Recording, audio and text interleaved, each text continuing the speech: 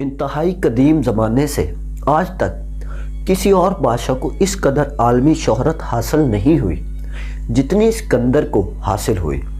بطور ایک فاتح اس کی شہرت یکساں طور پر یورپ اور ایشیا کے بر اعظموں تک پھیل گئی۔ اس کے نام سے تاریخ کا ہر طالب علم اور ہر طفل مکتب واقف ہے۔ وہ مقدونیہ کے فلپ اور ایپیرس کے نیو ٹوپلمس کی بیٹی اولمسی کا بیٹا تھا۔ 356 کاف میم میں پلا کے مقام پر پیدا ہوا۔ السلام علیکم، میرا نام ہے محمد واصف علی اور آپ دیکھ رہے ہیں یوٹیوب چینل۔ ناظرین کرام، آج کی ویڈیو کا ٹائٹل آپ نے دیکھ ہی لیا ہوگا، تو امید کرتا ہوں یہ ویڈیو آپ کو پسند آئے گی۔ ویڈیو سٹارٹ کرنے سے پہلے آپ سے چھوٹی سی ریکویسٹ کہ آپ میرے چینل کو سبسکرائب ضرور کریں تاکہ آپ کو ایسے آنے والی نیو ویڈیوز ملتی رہیں۔ چلیے ویڈیو کو سٹارٹ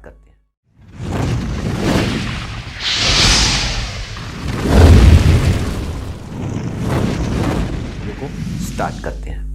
ناظرین کرام، ہم آج 21 صدیاں قبل پیچھے ہندوستان کے بارے میں کچھ جان لیتے ہیں، اور یہ جان کر تھوڑی اور حیرانی ہوتی ہے کہ 300 کاف میم سے کافی عرصے پہلے جب مغربی یورپ جہالت سے بالکل ہی باہر نہیں نکلا تھا تو سکندر اعظم دریائے سندھ کے کناروں پر ان قبائل سے ملا جنہوں نے فنون اور علوم میں زبردست ترقی حاصل کر لی تھی۔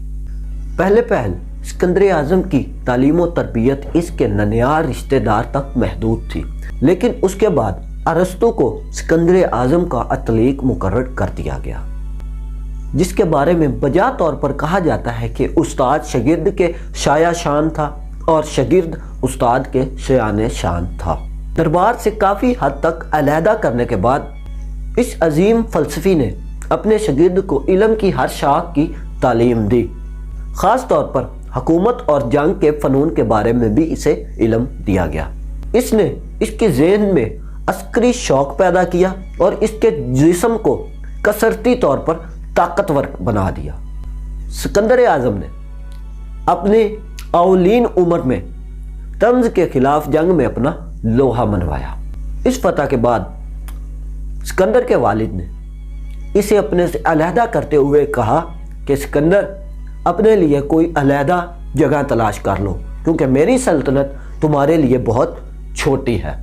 جب باپ اور بیٹے میں یہ بات شروع ہوئی تو ان دونوں میں جھگڑا پیدا ہو گیا، جس میں سکندر نے اپنی ماں کا ساتھ دیا، لیکن جلدی حالات معمول پر آ گئے اور ان میں صلح ہو گئی۔ تیرے ہل کے خلاف مہم میں اس نے اپنے والد کا ساتھ دیا، جس جنگ میں اس نے اپنے والد کی جان بھی بچائی تھی۔ اپنے باپ کی وفات کے بعد سکندر اعظم نے 336 صرف کم عمری کی زندگی میں ہی حکومت کی بھاگ دوڑ کو سنبھال لیا۔ یہودیوں کے سوا تمام اقوام عالم اس وقت بت پرست ہی تھی، اور ایران کی سلطنت جس کی بنیاد سارس اعظم نے رکھی تھی، جو مصر کے علاوہ پورے ایشیا پر مشتمل تھی، اس پر بھی ڈیریس کی حکومت تھی۔ یہ حکومت 120 صوبوں پر مشتمل تھی اور ان پر جابر صوبے دار حکومت کیا کرتے تھے۔ سلطنت کی حدود پنجاب کے علاقے کے دریائے سندھ کے دونوں اطراف سے پھیلی ہوئی تھی، حالانکہ اس ملک کو مکمل طور پر کبھی بھی زیر نگی نہیں بنایا گیا تھا۔ ایران کے لوگ زیر تشدد کے مذہب کے پیروکار تھے۔ یونان چھوٹا سا مگر طاقتور ملک بے شمار ریاستوں پر مشتمل تھا۔ ایران اور یونان جو مستقل طور پر آپس میں لڑتے جھگڑتے رہا کرتے تھے۔ حکومت سنبھالنے کے بعد سکندر اعظم نے تھریس کو فتح کیا اور تھیس کو شکست دے کر اسے اطاعت کرنے کا کہا، لیکن اس نے اطاعت گزاری سے انکار کر دیا، جس کے بعد سکندر اعظم نے اسے زمیں بوس کر دیا۔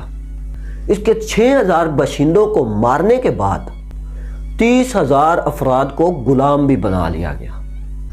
اپنی مشہور زمانہ پیش قدمی کے دوران اس نے گرینیکس کے کنارے پر ایرانیوں کی 1,10,000 افراد پر مشتمل فوج کو اس سے نصف فوج سے شکست دے دی۔ اس نے اپنے نیزے سے ڈیرس کے داماد کو ہلاک کر دیا تھا۔ سکندر اعظم ایشیا کے شہر پر شہر فتح کرتے ہوئے چلا جا رہا تھا۔ ایسیوس کے مقام پر ایرانیوں کو بھی شکست سے ہمکنارہ کر دیا، جس میں ڈیرس کے تمام خزانے اور اس کے اہل خانہ فاتحہ کے حصے میں آئے۔ ان کے ساتھ بہت اچھا ہی برتاؤ کیا گیا۔ ڈیرنس نے فاتحہ کو فرینڈز تک پورا ایشیا پیش کرتے ہوئے دوبارہ سے صلح کی پیشکش کی، لیکن سکندر نے یہ کہتے ہوئے اس کی شرط کو انکار کر دیا، ڈیرنس مجھے اور اپنی رعایا کو کہو کہ وہ مجھے اپنا آقا قبول کرے۔ اس پر اس کے جرنیلوں میں سے ایک جرنیل بولا کہ میں اگر سکندر ہوتا تو میں یہ پیشکش قبول کر لیتا۔ مطلب سکندر نے کہا کہ سارے میری اطاعت کریں۔ سکندر کے جرنیلوں میں سے ایک جرنیل بولا کہ اگر میں سکندر ہوتا تو میں اس کی یہ آفر قبول کر لیتا، لیکن سکندر اعظم نے کہا کہ میں بھی اس کی آفر قبول کر لیتا اگر میں پرمینیو ہوتا، لیکن میں سکندر ہوں۔ اب وہ شام کی طرف بڑھا اور دمشق کے عظیم شہر پر قبضہ بھی کر لیا اور بحریہ اوقیانوس کے ساحل پر سبھی شہروں کو فتح کر لیا۔ مغرب کے تجارتی مرکز طاہر نے اس کی مزاحمت کی، لیکن اسے بھی شکست فاش کا سامنا کرنا پڑا اور 7 ماہ کے محاصرے کے بعد اس کو تباہ و برباد کر دیا گیا۔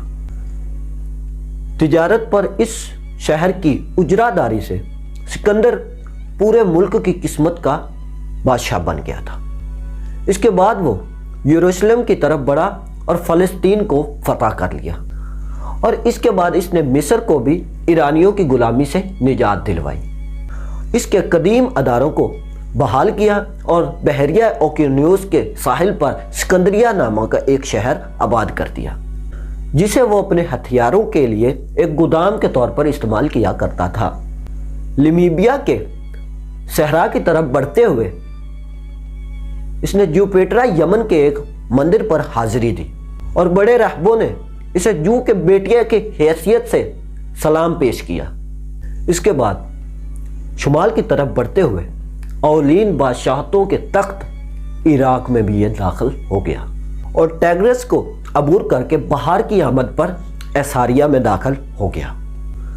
ٹیگرس کے مغرب کی طرف مشہور زمانہ ننوا کے کھنڈرات کے مشرق میں 60 میل کے فاصلے پر عربیہ کے میدانوں میں سکندر اور ڈیرس کے درمیان میں زبردست جنگ لڑی گئی، جس میں معمول کے مطابق ہی ڈیرس کو شکست ہوئی اور سکندر اعظم فتح یاب ہوا۔ سکندر اپنے دشمن کو زندہ دیکھنے کا خواہش مند تھا، لیکن جنگ کے دوران ڈیرس کو بہت زیادہ نیزے اور تیر لگنے کی وجہ سے وہ اپنے زخموں کی تاب نہ لا سکا اور 50 سال کی عمر میں ہی وفات پا گیا، جس کی وجہ سے سکندر اعظم کی خواہش پوری نہ ہو سکی۔ سکندر نے اپنی بدقسمتی اور مد مقابل کی موت کا سوگ منایا اور اس کی لاش کو دفن کرنے کے لیے اس کے بائی وطن ایران میں بھیج دیا گیا۔ اس نے بلخ کے صوبے دار کا تعاقب کیا جو کہ ایران کے تخت و تاج کا خواہش مند تھا۔ صوبے دار کو بالکل عریاں حالت میں اور اس کی گردن میں زنجیر ڈال کر مقدونیہ کے بادشاہ کے سامنے لایا گیا کہ وہ ایک جنگلی کی حیثیت سے انسان کی پوشاک پہننے کے لائق ہی نہیں ہے۔ سکندر نے پہلے اس کا ناک اور پھر اس کے کان کٹوائے۔ اس کے بعد اتنی اذیتیں دینے کے بعد اس نے اسے تیر بجوا کر قتل کر دیا۔ سکندر نے نشے کی ترنگ میں اور ایک یونانی درباری کے اکسانے پر دنیا کے عجوبے اور ایران کے دارالخلافہ کو نظر آتش کر دیا اور اس بہترین اور خوبصورت شہر کو ملبے کا ڈھیر بنا دیا گیا۔ اس کے بعد اس نے ڈیرس کے بھائی کی بیٹی رخسانہ کے ساتھ شادی کر لی، جو کہا جاتا ہے کہ اس وقت کی ایشیا کی سب سے خوبصورت لڑکی تھی۔ اس کے بعد اس نے سوسا کو فتح کیا، جس کے باعث اسے بے شمار خزانے ہاتھ لگے۔ اس کے بعد وہ خراسان سے گزر کر بلخ پر حملہ آور ہوا اور سمرقند کی بادشاہت کو بھی فتح کر لیا۔ ناظرین کرام، سکندر جہاں بھی گیا، جہاں بھی اس نے جو بھی شہر فتح کیا، وہاں پہ اس نے وہاں کے لوگوں کو اپنی اطاعت کرنے پر مجبور کر دیا۔ وہاں پر اس نے نئے قلعے آباد کروائے اور نئے شہروں کی بنیادیں بھی رکھی۔ حالانکہ ان میں سے بہت سے شہروں کے محل وقوع کا پتہ بہت ہی وقت دشواری کے بعد پتہ لگایا نہیں جا سکتا۔ سیستان کو فتح کرنے اور غزنی اور قندھار کے درمیان کابل کے مغربی علاقے کو زیر نگیں کرتے ہوئے سکندر نے 10 روز میں اسی راستے سے سلسلہ ہندو کش کو پار کیا، جس کا پتہ وہ اس باغی صوبے دار کا پیچھا کرتے کرتے چلا چکا تھا۔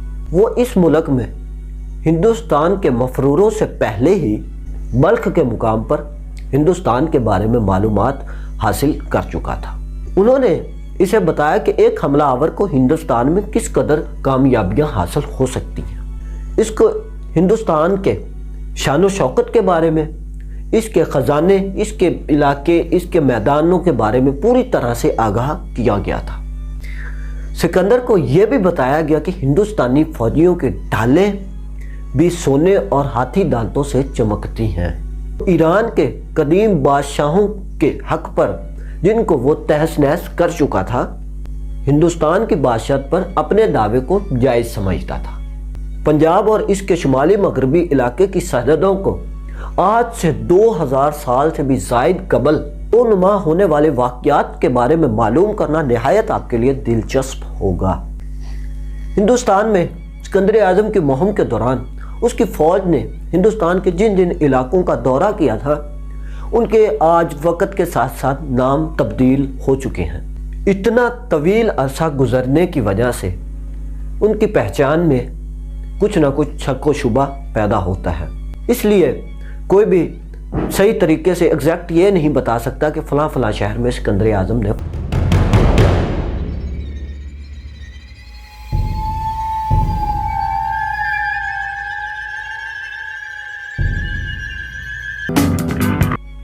ناظرین کرام، آج کے لیے صرف اتنا ہی۔ ملتے ہیں کسی نیو ایسی ویڈیو میں، تب تک کے لیے اپنا اور اپنے اس چینل کا خیال رکھیں۔ اللہ حافظ۔